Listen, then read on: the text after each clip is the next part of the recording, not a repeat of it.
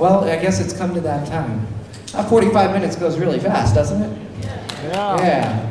Well, we're gonna take off, get out of the way. Make room for the Red Onion Jazz Babies, so stick around for them. If you're really enjoying this, our horn section is actually going to be playing with Josh Duffy's Greystone Monarchs at 9 o'clock, so we'd love for you to stick around for that as well. Joe Smith and the Spicy Pickles, all the way from Denver, just for you. Thank you, guys. Of the Bix Museum and World Archives Board of Directors, Howard Brera. Thank you.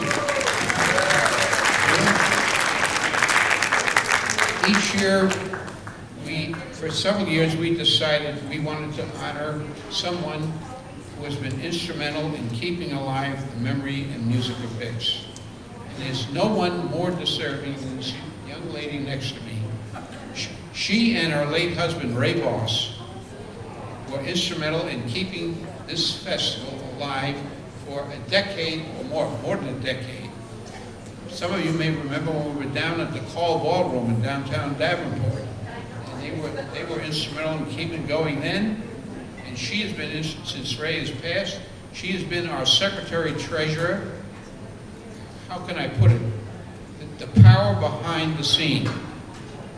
And she has worked diligently with me and others to help get grants and help fund this Bix Museum. If you haven't been to the Bix Museum, you should take time to take a visit down to the River Music Experience, which is on the corner of 2nd and Main in downtown Davenport. And the lower level of that building is the Bix Museum, and it's a tribute to Bix and his music. And guess what? It's free. I was there today. It was fantastic. It was really great. Thank you. So we are privileged to honor Muriel Voss for her diligence and leadership and behind the scenes help in every way possible. And we have a likeness of Bix. I'm going to show it to you here because it's a half a ton. This is the statuary of Bix that will be presented. We are presenting to Muriel Voss for her dedication, commitment, and leadership over these many years. Thank you, Muriel.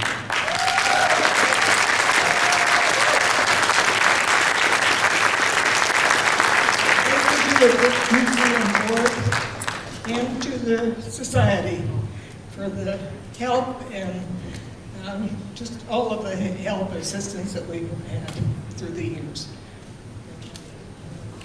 I want to introduce our board members here. Yeah, well, I wasn't prepared to say anything. I'm glad to be here, and I'm especially happy for Muriel. It is very, very well deserved, and I'm very happy for you. I'm Jerry Bowers. I'm happy for Mary too. She deserves it. Joe Huss, and again, congratulations, Muriel. Everything they said double. Thank you, and have a good evening, and enjoy the music.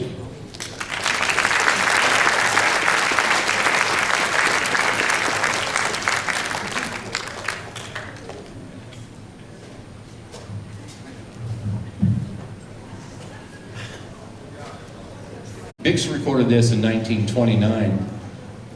Like, if you were at our previous set earlier today, we talked about Clarence Williams, who, as a businessman, tended to put his name on everything, whether he wrote it or not, if he was the one that was recording the session.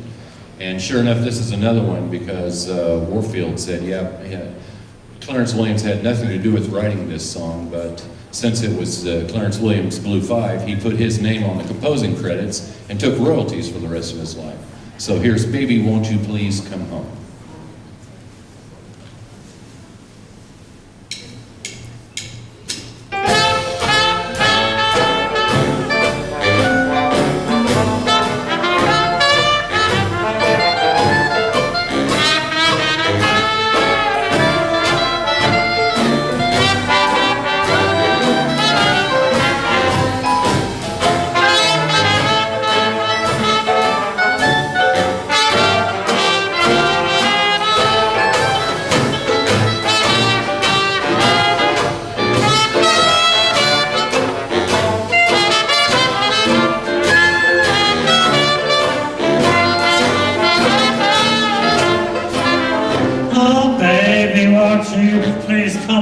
home, your daddy's all alone. I spend each night in vain, try not to call your name. Now when you left, you broke my heart. The thought that we would never part. Every hour of the day you can hear me say, baby, won't you please come home? Your daddy's lonesome, baby, won't you please come on home?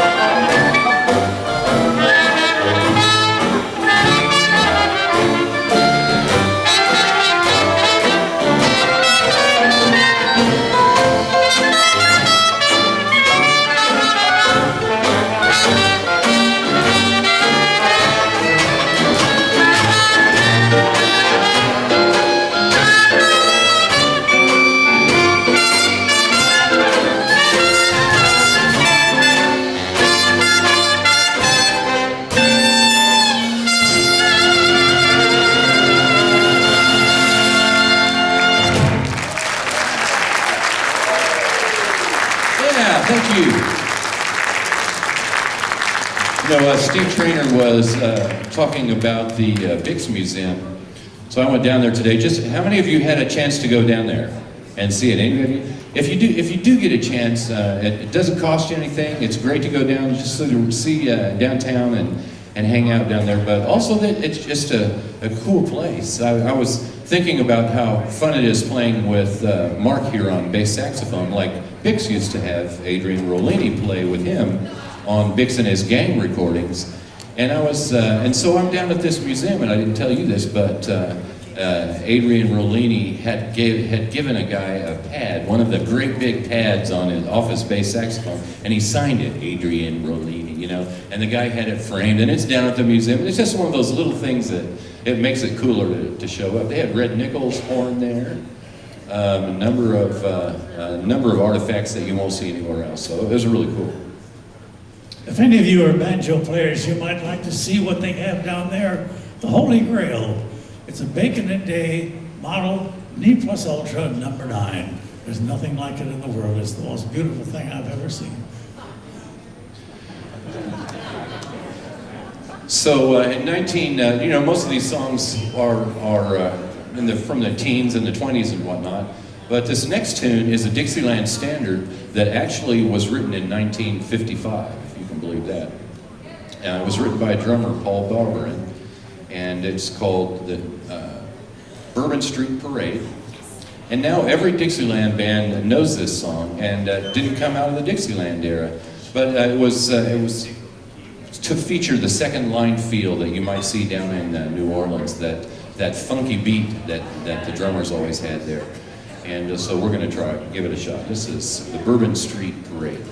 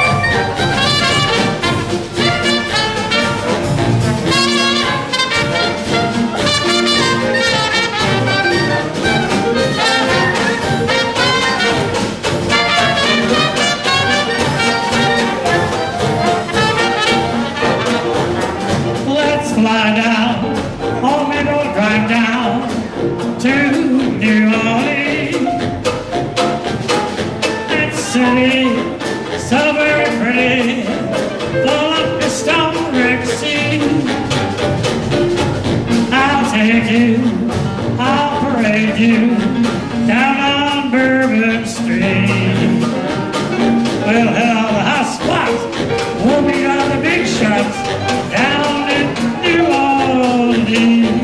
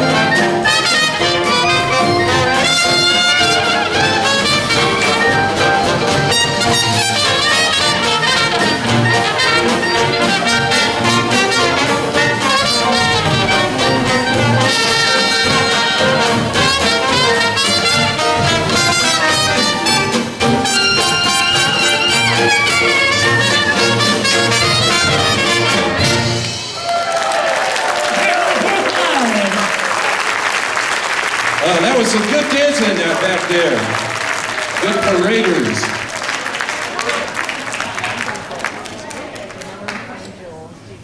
Everybody hanging with you? Hanging with us so far? Oh, thank you.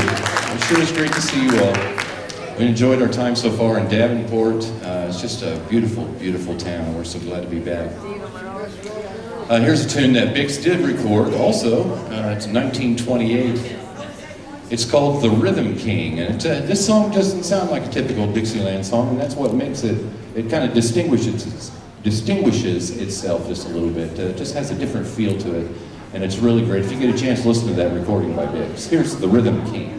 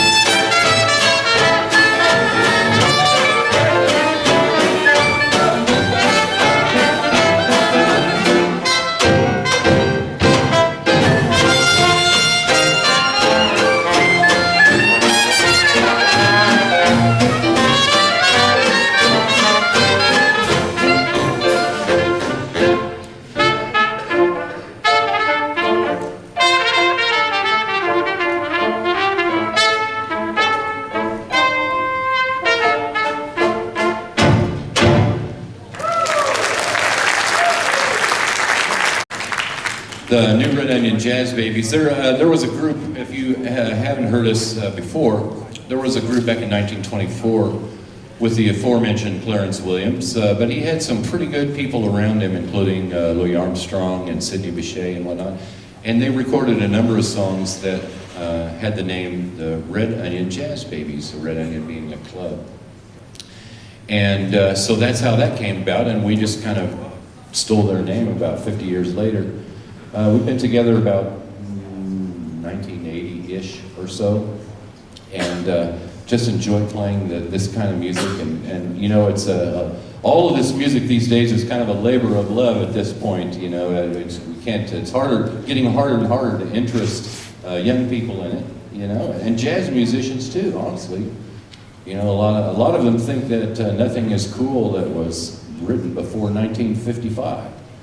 And so it takes you people to keep this music alive, and it takes us as musicians to appreciate it. You know, the guys that want the new music, that's great. I love the new jazz too. We all do. But you know, they wouldn't have that if it hadn't been for this music first. So I think it's a great cause, and I appreciate everything that you all do to support it, and all the musicians that do as well. Here's a tune actually from 1935 that was written for a Marx Brothers movie, if you can believe that. But you don't know it as that because it wasn't used in the movie. It was written for the movie. It wasn't used in the movie. And then later on, Oscar Hammerstein rewrote it and adapted it and made it a completely new song. It's called A Kiss to Build a Dream On. And if you saw the movie Sleepless in Seattle back in '93 or so, that was featured very prominently. That song was in that movie. And Harry Connick and all those people, they've all done this song. So we're going to do a version of it. Louis Armstrong did it in 1951 and made it famous. And we'll do our version. Here's A Kiss to Build a Dream On.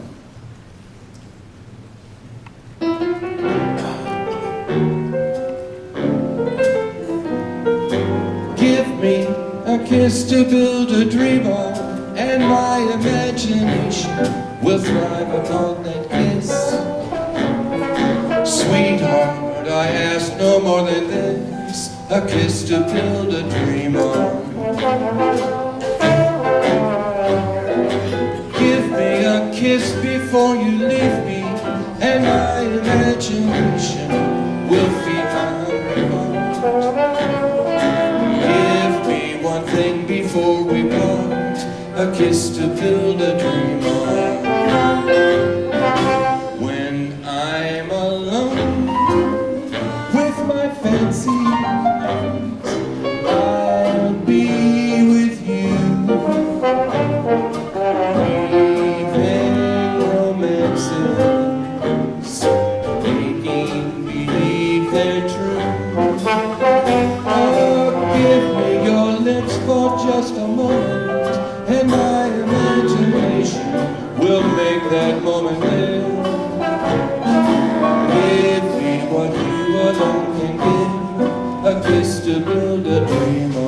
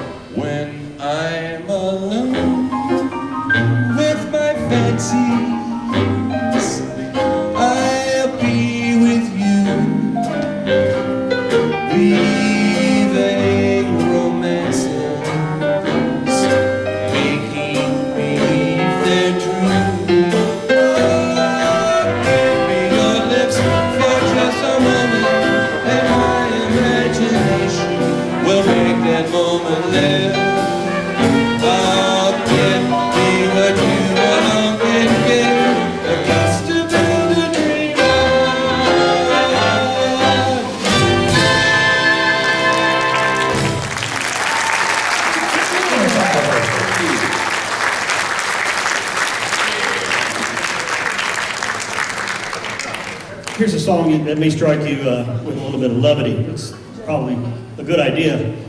It was originally a jazz song at all. It was recorded by a pop or rock and roll singer who had a number of hits in the late 1950s and early 1960s.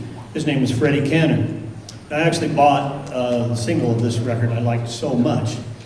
And then when I did a little later on, I began to figure out a little more about him, and that his father was a band leader, and he knew a bunch of the big band era songs, and a lot of his singles and some album fillers were old songs that you all know, but done with a rock and roll beat, such as, and a big bass drum, and then he would yell, woo, several times, such as, way down yonder in New Orleans, woo!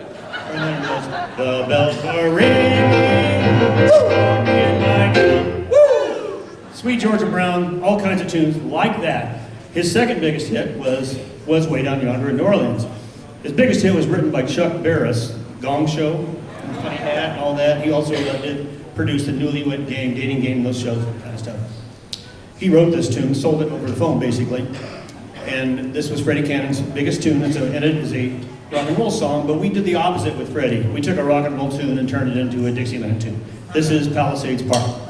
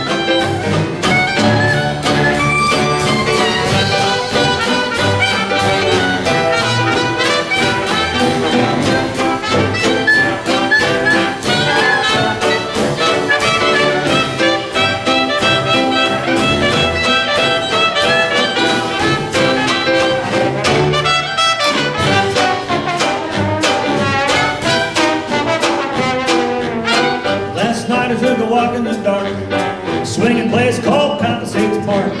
Have some fun and see what I could see. It's where the girls are. I took a ride on the shoot. The girl that sat beside was mighty cute. When it was through, she was holding hands with me, and my heart was flying up like a rocket ship, down like the roller coaster, fast like a like the merry-go-round. We made a date at a hot dog stand, danced around to a rockin' band, and I gave that girl a hug in the tunnel of love. You'll never know how great a kiss can feel till you stop at the top of the Ferris wheel, and I fell in love down at Palisades Park.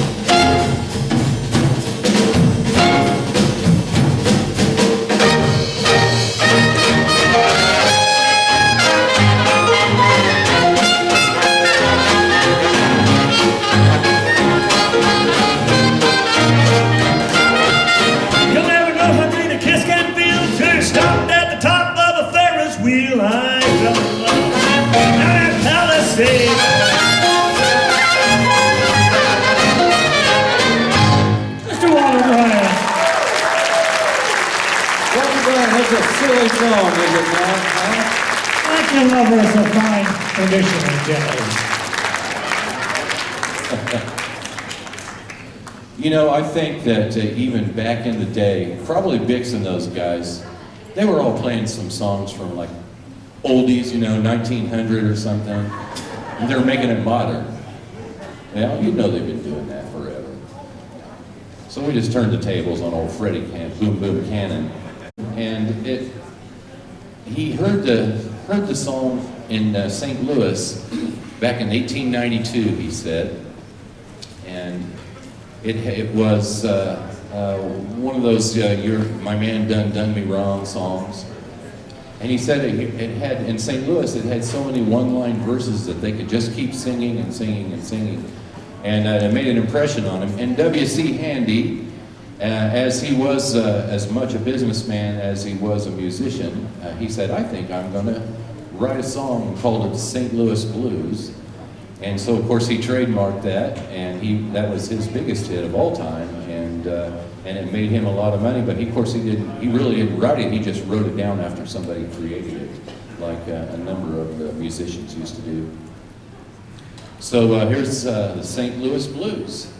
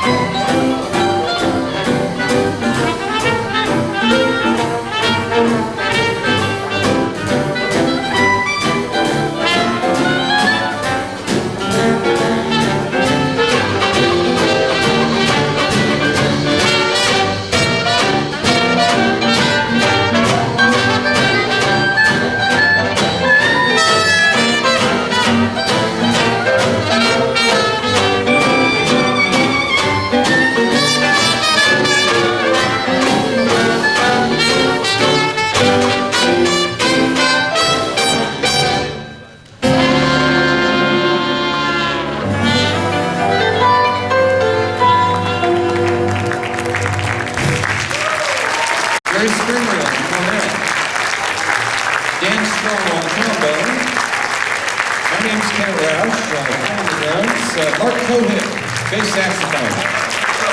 Peter Kirsten on the banjo, and Walter Bryan himself on the piano. It's been a real treat, and stick around, there's more music, and there's a jam session later on over at the Quality Inn, I hear. I saw the chairs out there. So who knows what's going to happen over there, so maybe we'll see you all later, and stick around for some great music, and we'll see you tomorrow as well. So, From Kansas City, the new Red Onion Jazz Babies.